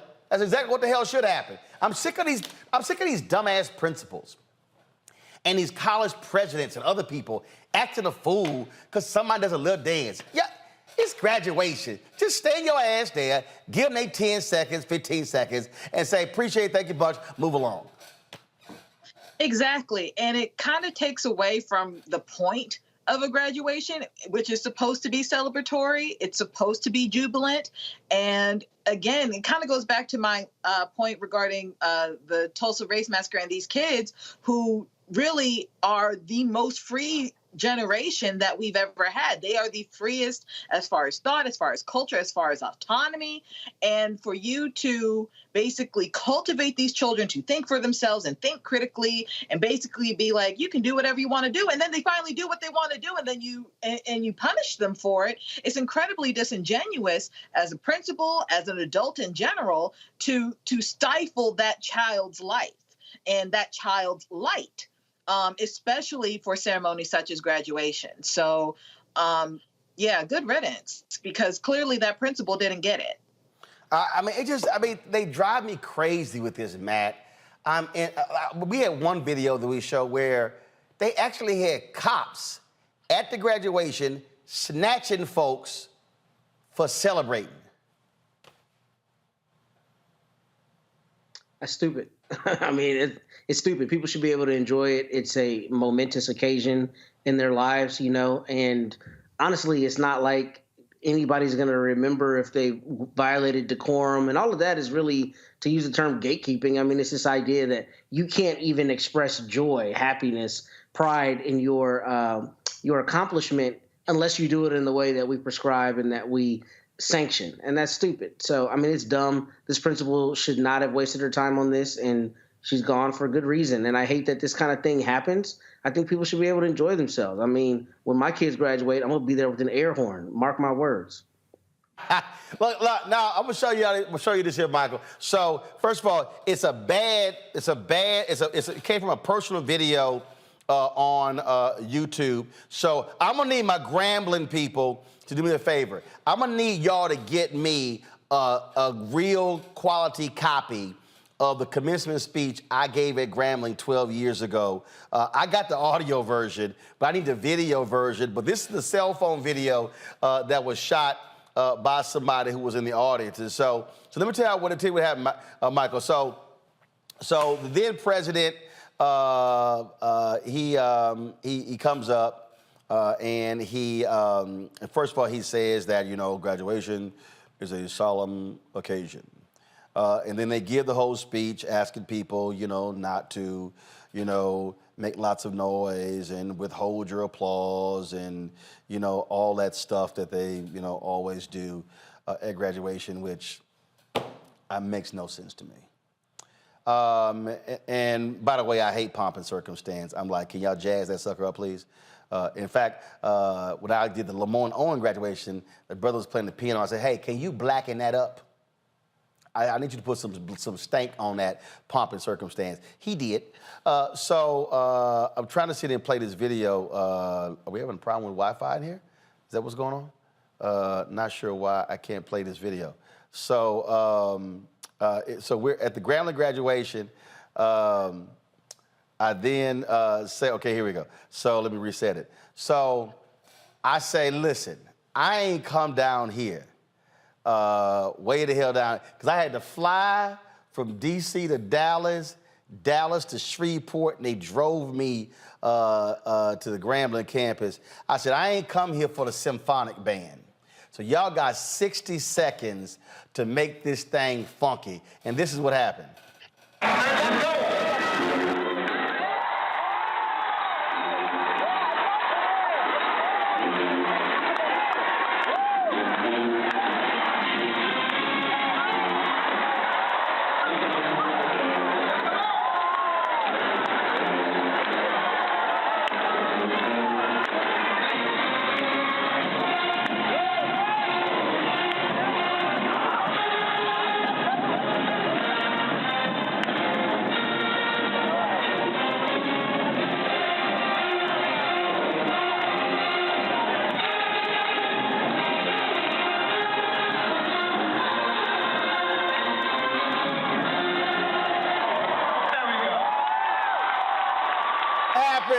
Michael, I was like, y'all got to make this thing funky. Yeah, you know, graduations are supposed to be a celebration, and there's a lot of sacrifice that parents, that family made for this person to be able to walk across the stage and get their diploma. You know, now as far as administration goes, I can understand if you had, like in my graduating class from high school, it was like 500 people, right? So I can understand you wanting to move things along. I can understand that. Stop. But so hold on. How many people you said? 500. Man, that's a small graduation. Go ahead. But this was high school. I got you, but that's still small. I'm like, yeah, like, but just do your little thing. But most people are doing the dance off stage.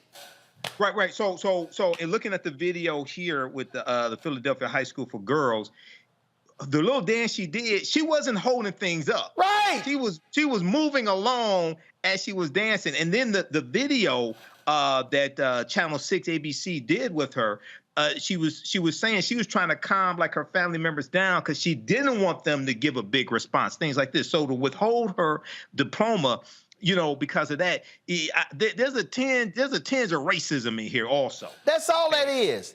That's all that is. It's just, I mean, but it's not even. But Lord, like she didn't slow nobody down. Exactly. She did just a little thing, and that's just. But the problem is when, again, this is the basic thing. When we act like it's supposed to be a party.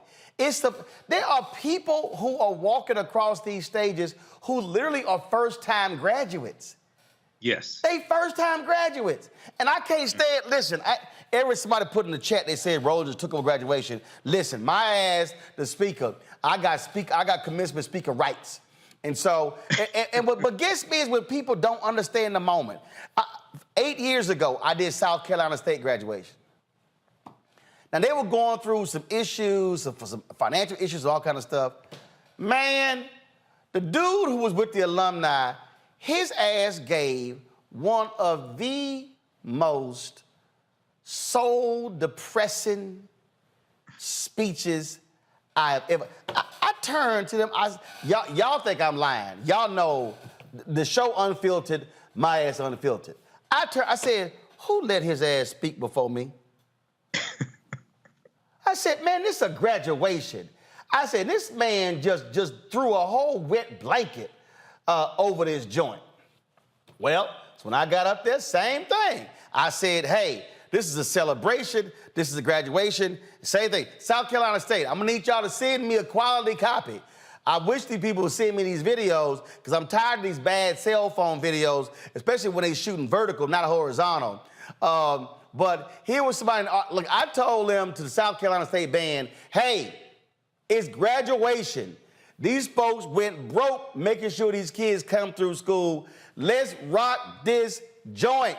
I said, graduates, y'all ain't got to sit here and being all bougie and sedity. Nah, let's go and enjoy graduation.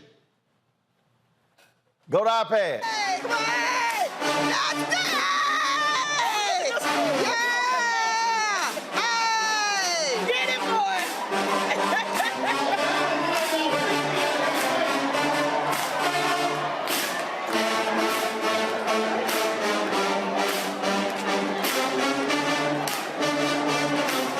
Look at Derry! Look at Derry! Look at Derry!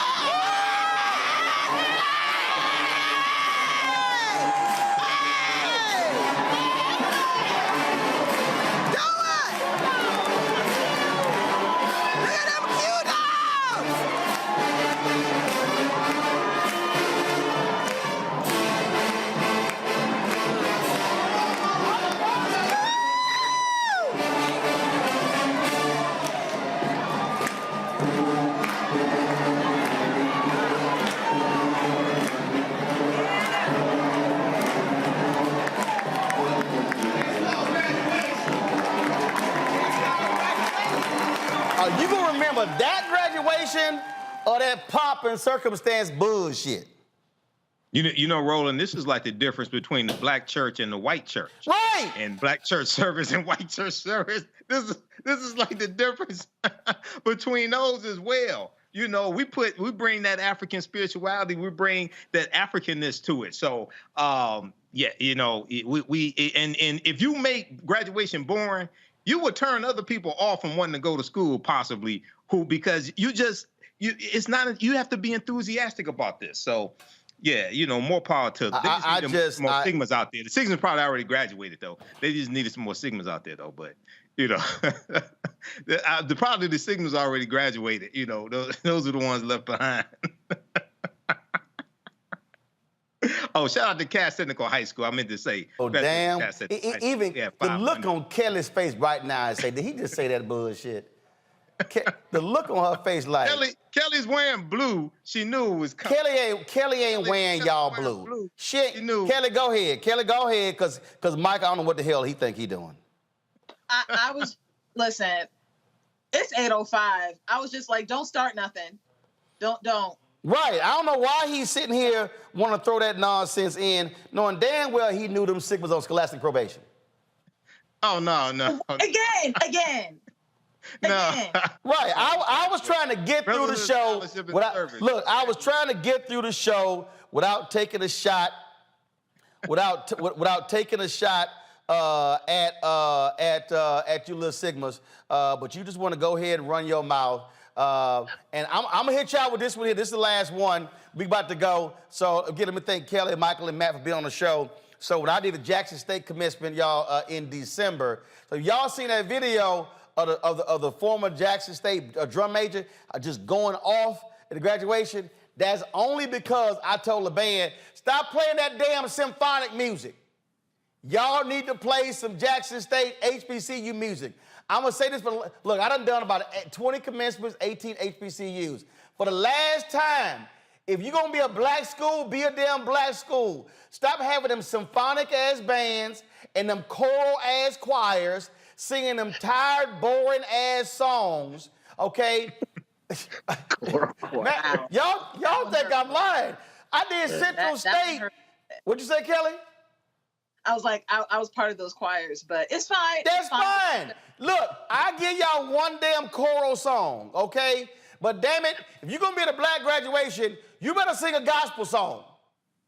A gospel song we know. We did. Sing something black. We did. All right? How you go through 4, 5, 6 years and you holler, I'm a HBCU, and then you say have like a white graduation? Enough of that. Sing the Black National Anthem. Black National Anthem. James Enough of that. I did sing that. Man, by the way, I was the soloist for that. He was a signal man, by the way. What'd you say, Matt? When I graduated from Howard, we came into African drums. It was magnificent. So that's what how I'm saying. I'm just saying. I shouldn't have to be the commencement speaker to say blacking this shit up. But the Jackson State band, and look, I was in a symphonic band in junior high, but it's graduation is a party. So for all y'all principals with a stick up your behind, and you college presidents, and you college provosts, I need y'all to sit your asses down and realize graduation ain't about you. It's about celebration of the graduates and the families. So I'm glad this principal is gone.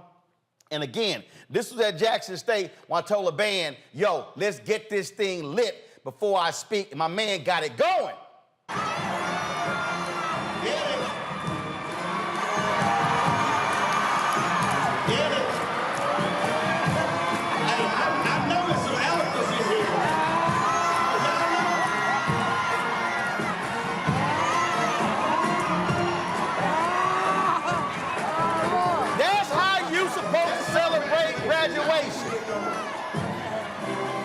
Letting y'all know, you invite me to be the commencement speaker, we gonna bring the funk.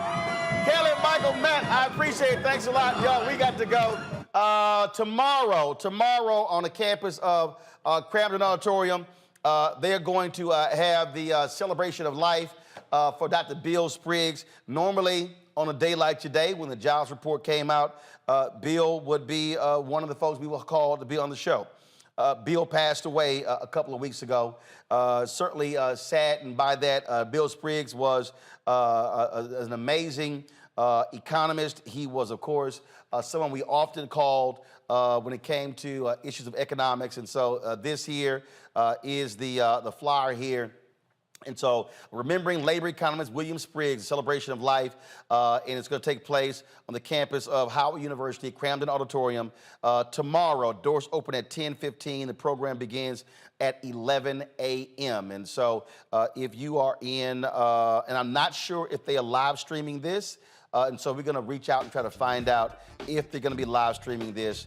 And so if they are going to be live streaming this, we're going to carry this on the Black Star Network. Bill was an amazing guy.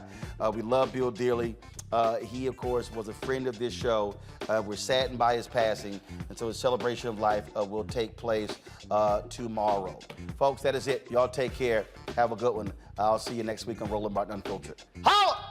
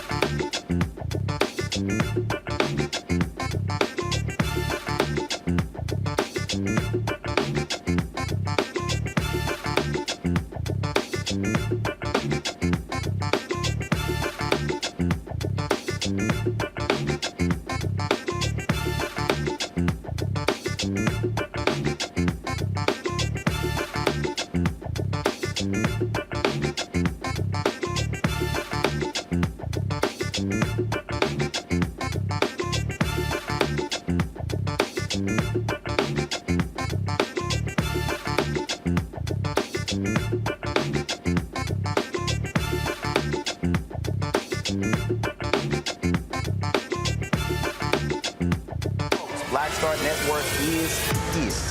Hold no punches. I'm real revolutionary right now. Support this man, Black Media. He makes sure that our stories are told. Thank you for being the voice of Black America, Roland. Stay black. I love y'all. All momentum we have now, we have to keep this going. The video looks phenomenal. See, this difference between Black Star Network and Black-owned media and something like CNN. You can't be Black-owned media and be scared. It's time to be smart. Bring your eyeballs home. You dig? Pull up a chair, take your seat. The Black Tape with me, Dr. Greg Carr, here on the Black Star Network. Every week, we'll take a deeper dive into the world we're living in. Join the conversation only on the Black Star Network. Hi, I'm Dr. Jackie Hood Martin, and I have a question for you. Ever feel as if your life is teetering and the weight and pressure of the world is consistently on your shoulders? Well, let me tell you, living a balanced life isn't easy. Join me each Tuesday on Black Star Network for A Balanced Life with Dr. Jackie. We're all impacted by the culture, whether we know it or not. From politics to music and entertainment, it's a huge part of our lives, and we're going to talk about it every day right here on The Culture with me, Faraji Muhammad, only on the Black Star Network.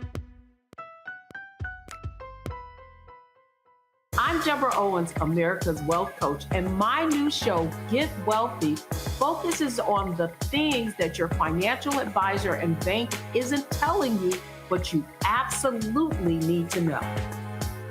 So watch Get Wealthy on the Black Star Network.